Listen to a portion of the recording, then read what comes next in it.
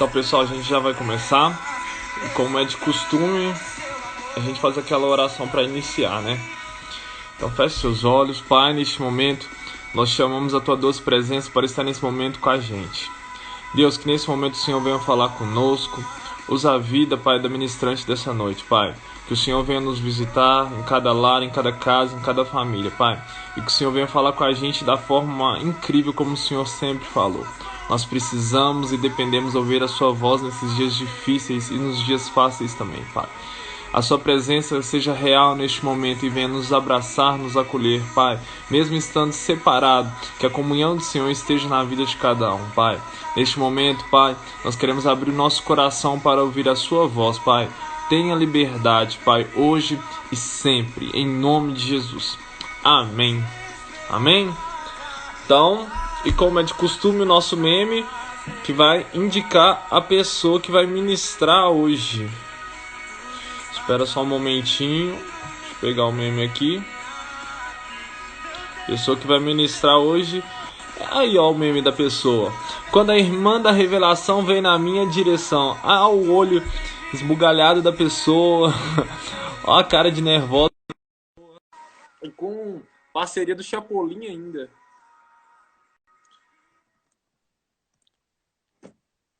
Tchau. Wilson. Ai, meu Deus, essa foto de novo. Essa foto é pra fazer vários. Essa foto vai render muito ainda. Gera muitos memes. Peraí, Gera deixa eu mesmo. jogar um filtrinho, né? Que a pessoa não tá muito. Aí, ó, dá um. Tcharam. Palavra Tá? toda sua. Pelo menos essa foi mais tranquila do que a última, É, né? A última acabou foi. com. A A, última o- foi uma a, a vingança. última foi outras informações, né? Outras pessoas envolvidas, mandando informação privilegiada. Entendi, é um absurdo isso, sabe? É um absurdo. Quem inventou de botar meme nessa live, gente? Eu falei com você, Yasmin. Eu devia ter cortado essa ideia inicial. Mas enfim, hoje a palavra que Deus colocou no meu coração é muito simples, é rapidinho. E tá lá em Isaías, no livro de Isaías, no capítulo 35. É algo muito simples mesmo.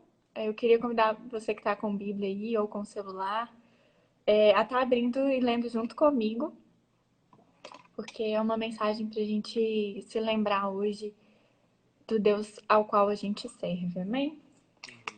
Lá em Isaías 35 diz assim, no versículo 1.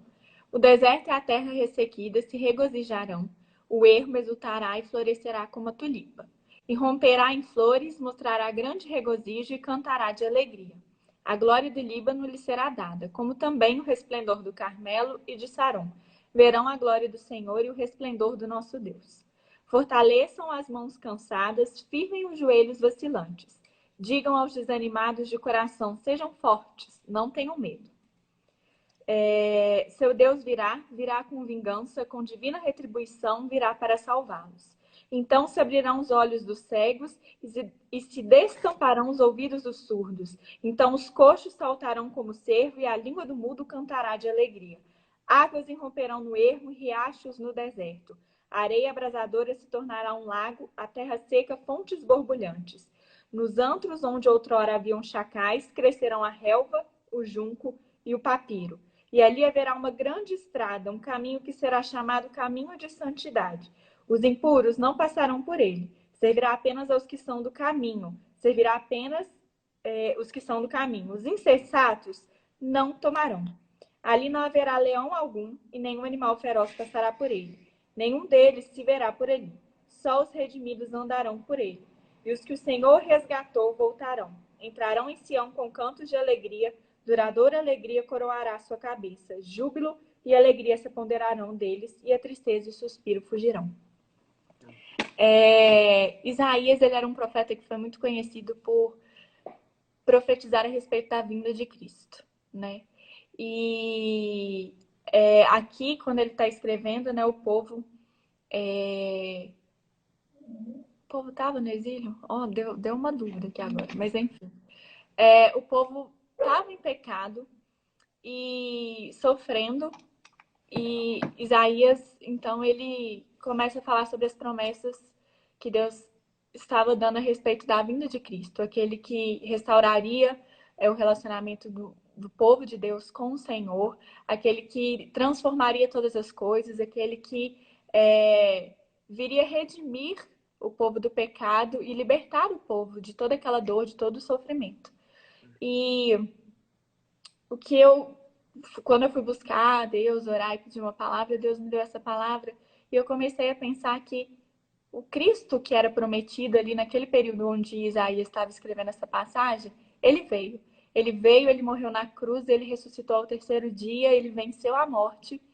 E ainda assim, às vezes hoje, a gente mesmo conhecendo esse Deus, conhecendo esse Cristo que morreu por nós, que ressuscitou por nós, que venceu a morte, que é a coisa mais impossível para o ser humano solucionar, às vezes a gente ainda se esquece e se aprisiona em tristezas, em angústias, em medos, né?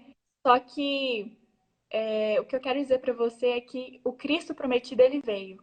Ele veio, ele venceu a morte e nele não há dor, nele não há tristeza, não há insegurança, não há medo. Então, a palavra de hoje é realmente muito simples. Que você que está aqui na live com a gente hoje nunca se esqueça que em Cristo foram restauradas todas as coisas. Né? Que em Cristo existe força, que em Cristo existe amor, que em Cristo existe alegria, existe paz, existe descanso. Né? Lá em Mateus 11, Jesus fala: vinde a mim os que estão cansados e sobrecarregados, e eu vos aliviarei, eu vos darei descanso. Né? Então, assim, se nós realmente servimos a Cristo, a gente não tem que temer.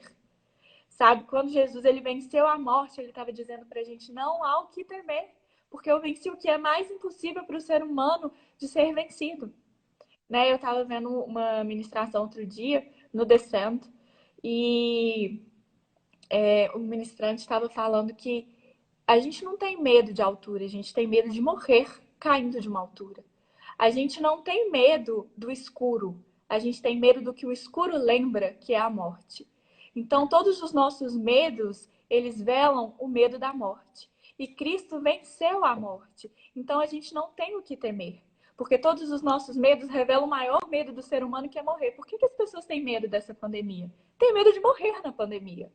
Né? Então, assim, mas Cristo venceu a morte. Ele ressuscitou ao terceiro dia e ele fez tantos mortos ressuscitarem, né? Ele curou tantos enfermos, ele libertou tantos que estavam aprisionados ao pecado, a demônios. Então, assim, a gente não tem o que realmente temer. Nós servimos ao Deus que se fez carne por nós, que viveu como um ser humano, que passou as dores que nós passamos dia a dia e que morreu e venceu a morte. Então, a palavra que eu quero deixar no seu coração hoje é que você descanse, né? Porque aqui em Isaías, ele vai falando: olha, fortaleçam as mãos cansadas. Se você está desanimado, se você está se enfraquecendo com o que está acontecendo, é uma ordenança, se fortaleça nele. Mas 2 Coríntios fala que quando somos fracos é que somos fortes, porque aí nós buscamos a força que existe nele, né?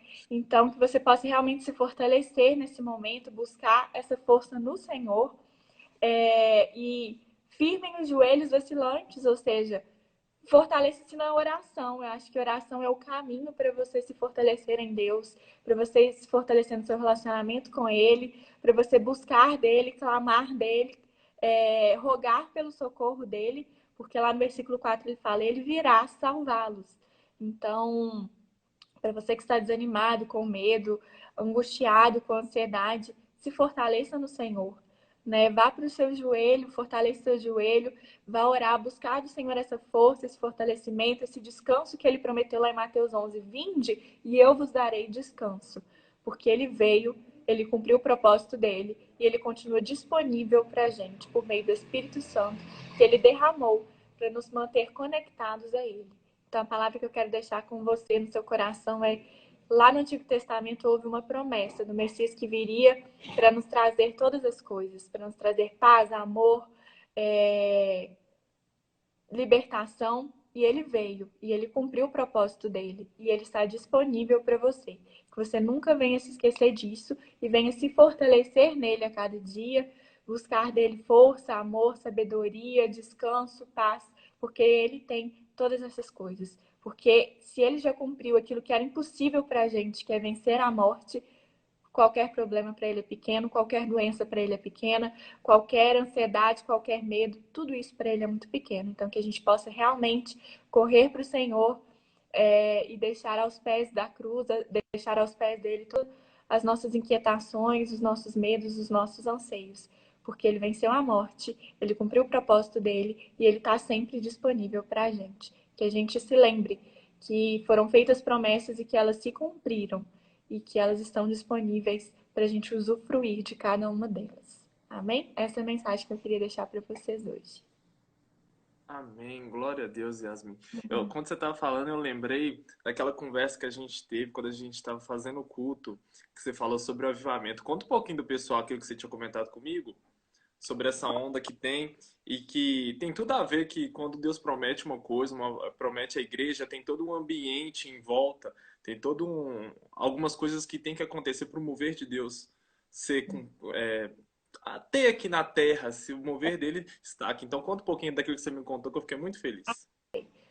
Deus ele se move por padrões e se a gente observar a Bíblia, a gente vai observar esses padrões, né? Quando a gente quer aprender algo de Deus, a gente tem que ir para a Bíblia e ir observando os padrões de como ele faz aquilo que a gente está buscando que ele faça.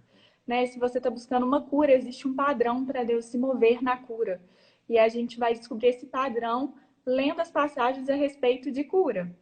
E tem se falado muito no Brasil sobre avivamento. Né? Eu estava falando muito sobre avivamento com o Gilson, porque tem sido muito falado no Brasil, porque tem sido clamado há tanto tempo por uma transformação da sociedade. E o avivamento, ele culmina numa transformação de sociedade. E Deus, ele se move por padrões. A Bíblia tem padrões sobre como aconteceu o avivamento, né? E se a gente for estudar a história da igreja, muitos têm falado que na história como um todo, houveram 2 grandes avivamentos, 2 Pentecostes. O primeiro de Atos 2, que todo mundo conhece, que é bíblico, está escrito na Bíblia. E o segundo, que também é muito conhecido, mas não aconteceu descritamente na Bíblia, não sei se existe essa palavra descritamente, mas enfim, que foi o da Rua Azusa em 1906, que foi conhecido como um grande avivamento, acho que é o avivamento mais famoso que se tem na história da igreja, depois do Pentecostes de Atos 2. E foi liberada uma promessa naquele período de que cerca de 100 anos depois haveria um outro grande avivamento. E pelos cálculos de grandes historiadores da igreja, esse seria o momento desse terceiro grande avivamento. E eu estava vendo o Bill Johnson pregar e ele estava falando que se a gente for observar os padrões, o que aconteceu em Atos 2, em Atos 1, na verdade, antes do Pentecoste, aconteceu também em 1906, em 1905, um ano antes do grande avivamento da Rua Azusa, e tem acontecido nesse grande momento. Porque lá, em Atos, Jesus falou, fica em Jerusalém. E eles permaneceram por um período em Jerusalém, reunidos, buscando ao Senhor, até que aconteceu o Atos 2 e veio o Pentecoste, um grande avivamento, que a gente tem reflexos dele até hoje. Né? E aí lá, eu estava vendo sobre a história da Rua Azusa, e em 1905 havia-se histórias de pequenas faíscas, né? de vários movimentos dentro dos Estados Unidos, de Pentecostes, assim, de fogos, de busca pelo Espírito Santo. E aí, em 1906, houve o grande avivamento da Rua Azusa, que é super conhecido. E eu estava vendo o Billy Johnson falar que, pare e observe, nós estamos em um momento onde tem havido grandes faíscas no mundo todo, e principalmente no Brasil, de fogo do Espírito Santo, de busca pelo fogo, de fome, de sede. E a gente está vendo que existe um movimento do céu para responder a este clamor por mais fogo, por mais sede, né? E a gente tem visto vários avivamentos, vários movimentos assim de ajuntamento de pessoas para buscar a presença do Espírito Santo. Então, a gente tem visto que existe sim um movimento para chegar com o avivamento no Brasil. E eu acho que esse é um momento muito profético e de grande oportunidade para a gente. Quem assistiu as últimas lives que eu venho ministrando, tanto na igreja quanto aqui nos jovens, eu venho sempre falando, gente, vamos buscar relacionamento. Porque antes de um grande avivamento não acontece se não houver busca no secreto, se não houver fome. Porque o Espírito Santo, ele desce quando tem fome, quando tem sede, quando tem disponibilidade para ele agir. Então, existem alguns caminhos dentro desse padrão onde Deus age dentro dos avivamentos, e a gente tem visto isso, né? O primeiro caminho é a união da igreja, e eu falei com o Gilson há pouco tempo atrás, numa outra conversa que a gente teve a respeito de avivamento, eu falei, Gilson, eu nunca vi a igreja brasileira tão unida como ela tem se unido, principalmente nesse momento de quarentena. Eu tenho visto igrejas pequenas se unirem, e eu cresci dentro da igreja, gente. Eu já vi muita disputa de igreja, muita vaidade, infelizmente. E eu tenho visto um movimento de alguns anos para cá da igreja brasileira muito diferente. E principalmente nessa quarentena, eu tenho visto muitas igrejas se unirem. Eu acho que isso é um dos padrões onde Deus vai se movendo dentro de grandes avivamentos. Existe uma união da igreja, existe uma fome, uma sede de jovens, de gerações, existe uma conexão de gerações e a gente está nesse momento profético de ver gerações se unindo, né? Eu estava até vendo hoje uma live com o Theo Hayashi, que é um cara que fala muito de avivamento dentro do Brasil. Ele estava falando isso. Cara, é tão profético que eu tô vendo Malaquias 4 acontecendo, né? Os filhos se voltando aos pais, as gerações se reconectando, né? Para que realmente venha isso, venha esse fogo que todo mundo tem buscado, esse avivamento que todo mundo tem buscado. Mas uma coisa que a gente tem que observar é que avivamentos não acontecem para você guardar o fogo para si.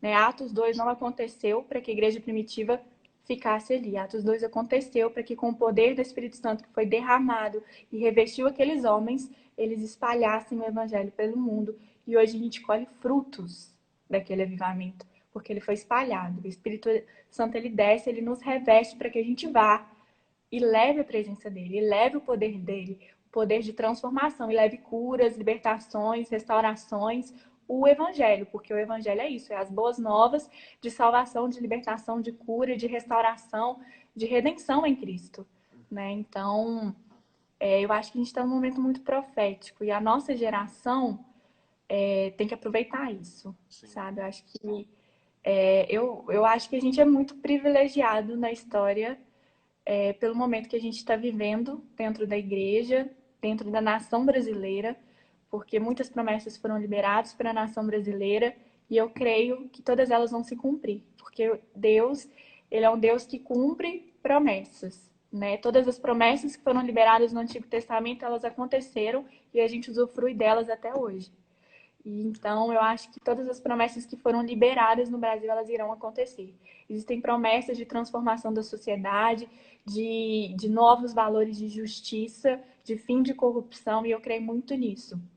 Igual a gente conversou, também eu acho que a gente tem que falar sobre um pouquinho de política, às vezes, né, dentro da juventude, porque a gente fala disso dentro das universidades, mas às vezes a gente fala pouco dentro da igreja porque a gente não quer discussão, né?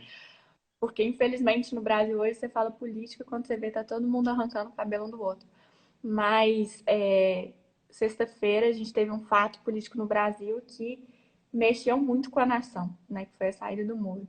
E eu lembro que eu conversei com você, eu falei, Gilson, eu acho que... Quando eu vi, eu fiquei até triste, mas depois me veio no coração assim, Yasmin, eu estou mexendo com a nação brasileira para que as pessoas vejam que a confiança delas tem que estar em mim, no Senhor, porque eu sou o Senhor dessa nação, eu sou o rei dessa nação, sabe?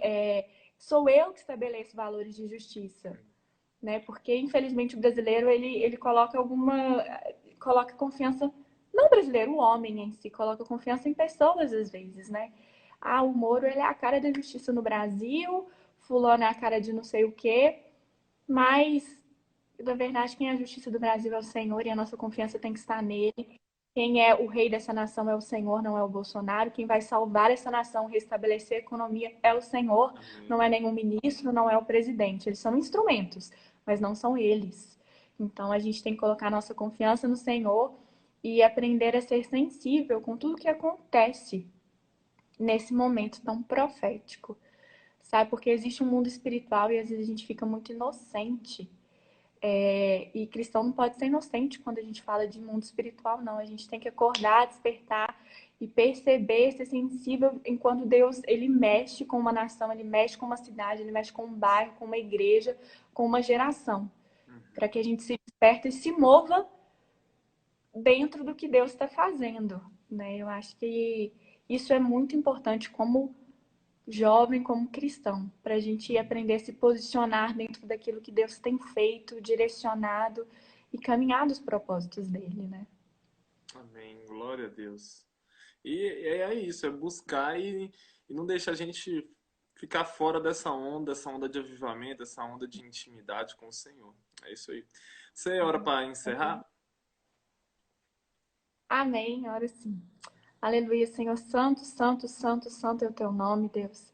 Pai, eis-nos aqui, Senhor, nessa noite, Pai, porque nós queremos, Senhor, mais de Ti, Senhor. Nós nos reunimos aqui nessa noite porque nós queremos buscar a Tua face, Senhor, porque nós queremos mais de Ti, porque nós temos fome e sede de Ti e da Tua presença, Senhor.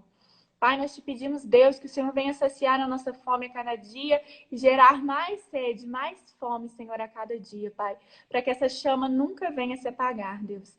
Pai, nós te pedimos, Senhor, que constantemente o Senhor venha, Senhor, aumentar, Deus, a nossa busca pelo Senhor a cada dia, Senhor.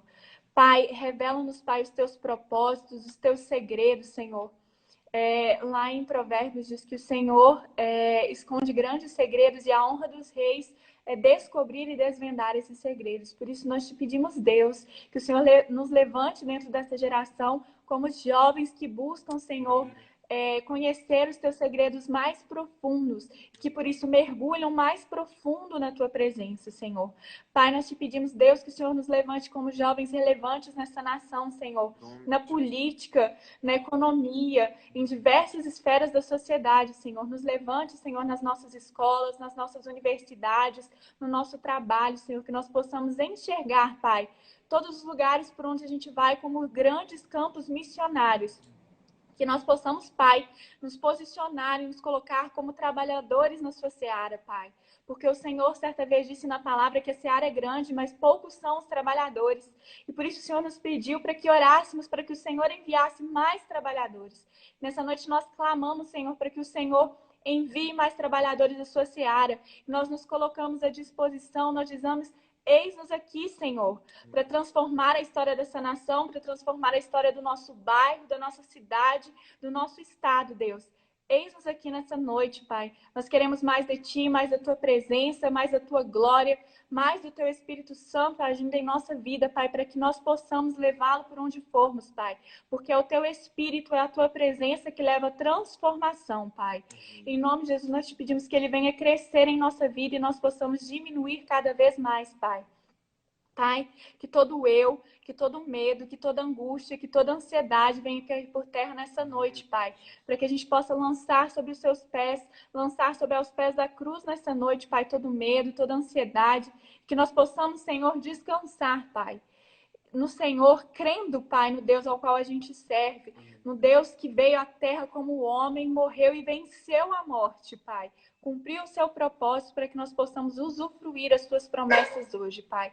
Por isso nós te pedimos que o Senhor venha descansar o nosso coração, fortalecer os nossos joelhos vacilantes, para que a gente possa se posicionar, Senhor, como jovens relevantes dentro dessa sociedade, dentro dessa nação. Senhor, em nome de Jesus é o que nós te pedimos nessa noite, Pai. E declaramos: eis-nos aqui, Senhor. Envia-nos como tu queres. Enche-nos com o teu poder, enche-nos com a tua presença, dá-nos mais fome, mais sede, para que a gente possa buscar cada vez mais a tua presença e a tua glória, para sermos transformados de glória em glória à sua imagem e como espelhos, possamos refletir por onde formos, levando transformação, Senhor, no nosso bairro, no nosso trabalho, na nossa escola, na nossa universidade, por toda essa nação e por outras nações, Senhor. É o que nós te pedimos nessa noite, Senhor, em nome de Jesus. Amém. Amém. Glória a Deus. Amém? E queria te agradecer pela palavra de hoje, pela ministração de hoje. Foi uma bênção. Eu creio que todas as pessoas que participaram aqui, ouviram pelo menos um segundinho, eles ficaram muito felizes, eles receberam de Deus. Então, eu queria te agradecer. Agradecer também todo o pessoal que participou da live. que interagiu com a gente. Vocês são muito importantes. Eu acredito que também todo mundo recebeu em nome de Jesus. Tá bom? Amém. Yasmin, muito obrigado mais uma vez. Pessoal, até a próxima. Que Deus abençoe. Tchau, obrigada, gente.